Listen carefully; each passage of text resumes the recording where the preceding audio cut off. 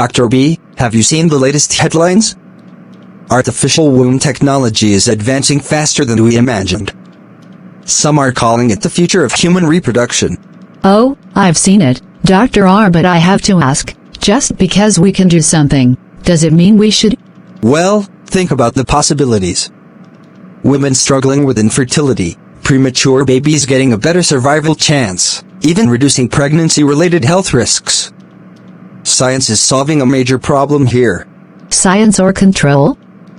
Dr. R, the natural womb isn't just an incubator, it's an altar, the first place a human spirit is nurtured. God designed it as a sanctuary of life, not a replaceable machine. But isn't this just an evolution of medicine? We've used incubators for preemies, we do IVF. This is just the next step, right? No, it's not the same.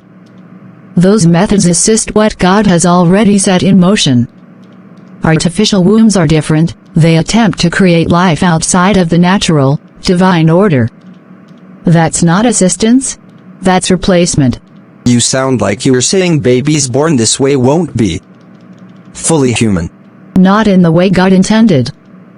The natural womb isn't just about growing a body, it's where the spirit and soul are woven into the being. Psalm 139:13 says, "For thou hast possessed my reins, thou hast covered me in my mother's womb." If the process is artificial, what spirit governs it? That's an angle I hadn't considered. Are you saying artificial wombs carry a different spirit? Absolutely. Just like Babel, when man tried to build a tower to heaven without God, they fell into confusion. This is the same spirit, man trying to bypass divine design. And let's not forget Genesis 6, when fallen beings tampered with human DNA. Artificial wombs could lead to the same corruption. That's a strong statement. But isn't it possible that God gives us wisdom to develop technology for good? Yes, but wisdom aligns with His will. This is not wisdom, it's imitation.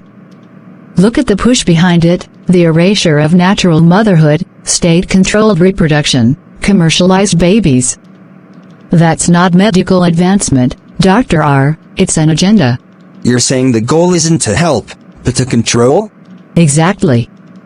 It's Pharaoh's system, turning life into a commodity, breeding people to serve an agenda.